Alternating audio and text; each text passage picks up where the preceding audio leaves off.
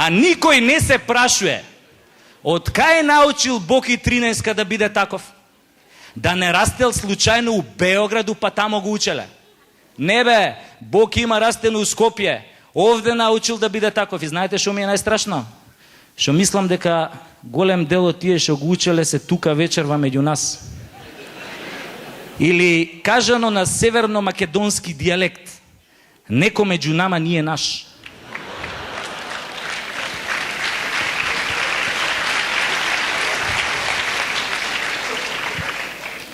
И така ми се направи некоја шубе од тоа еркондишонот, некоја кнедла ми застана у грло, вака кревам глава горе, шо да видам? Климата, Ниш, производња 1984, а горе на неа седнале два голуба, им вибрираа тоа газињето, тоа климата и ме гледаат право у очи као да сум првиот рикнат од птичи грип у држава. Леле, луѓе, ко ми се врати сладоледот у ждрик, а ждригот која ми замириса на птичја кака. Викам, абе, кај најдов да лижам сладолед, која пола свет леп нема да јаде, бе. И ко ми се направи еден немир на душата, и све почнав да мислам на оние бактериите што почнаа да ми се размножуваат у грло од тоа лајната на гулабите. Уствари, така започна мојава приказна. Седнав у кола, правецка и матичната, таа беше бивша професорка на медицински факултет, треба да иде у пензија, али не и сиде, мириса на земја уште ординира. И ја влагам кај неја и она место да ме праша шо ти е, шо те боли, па ја да и се пожалам дека сум се најал птичи лајна. Она мене фати за политика. Кажи те па нашиве на изборите, а?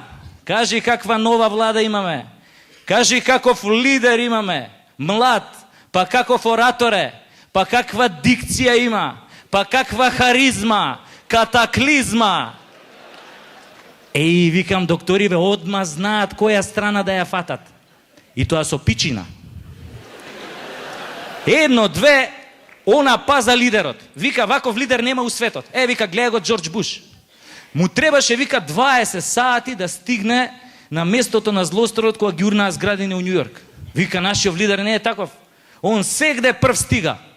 И тогаш ја не и поверуев, али и поверуев пред месец дена кога гореше овој театар во изградба во центар.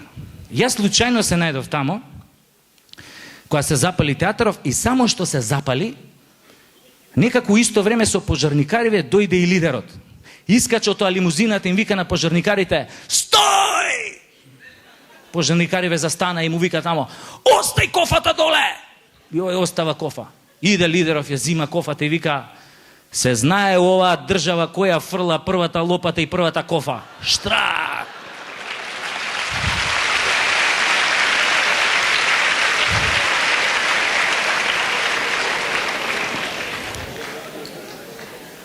Викам, добро, тука заврши муабетот за политика, али не. Она продужи да ја фали гениалноста на новата влада. Незиниот патриотизам после фрлени 3 жути.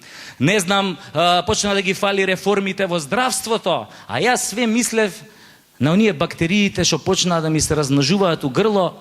И све пред очи ми искачаше сликата на Сигурни Вивер од филмот Осми путник, она ванземаљацот кој искачаше од грлото.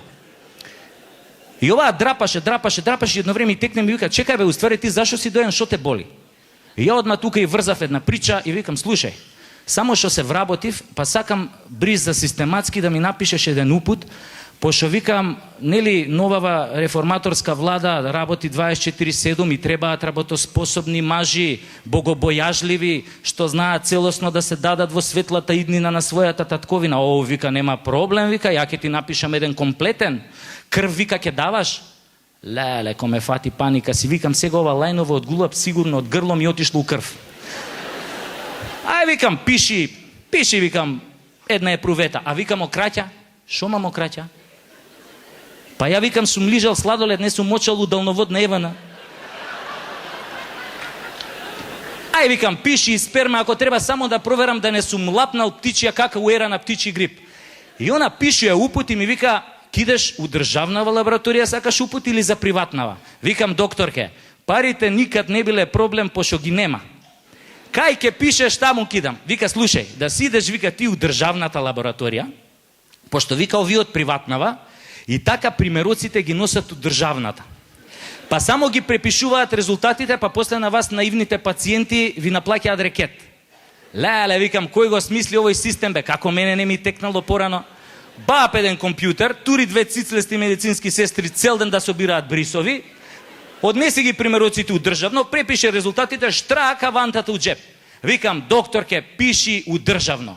И отидов у државно. Само која искочив од кај неа си реков, добро бе, ако државново е боле, зашо она од државно отиде у приватно? Не се. Влагам ја у државна лабораторија, тамо ред 40 души, ја застанав последен и у тој момент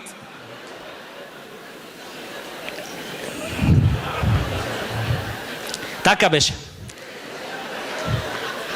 И у тој момент, значи, чекам уред и гледам еден наш познат академик од 90 години, мислам сите го знаете, како искача од вецето, носи отворена епрувета у рука, пуна со мочка, а руката му се тресе кој што се тресе пенис у ладна вода.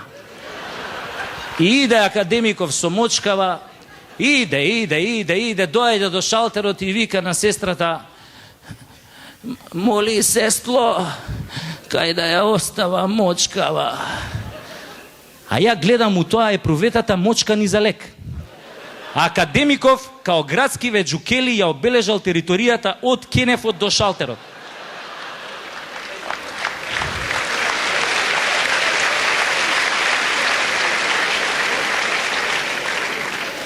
Башка што не испрска сите нас тука како противуроци.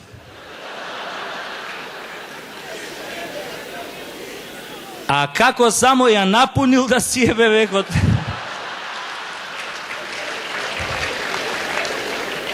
Иначе академиков стварно си имаше голем проблем. Он дошол да испита мокраќа, зашто 2 дена претходно му се слошило на струшките вечери на поезијата, кога не му дале Ловоров венец, со образложение дека е млад и надежен поет и дека неговото време допрва доаѓа. И така додека чекавме, он мене ми се пожали дека бил многу тажен што не му дале Ловоров венец, зашто имал многу добра песна. Песната имала наслов Планињето во Македонија. И он мене тука додека чекавме ми ја изрецитира и пошто стварно беше добра, ја запишав песнава и ја научив на памет. Сакате да ви ја кажам? Да? Океј. Значи,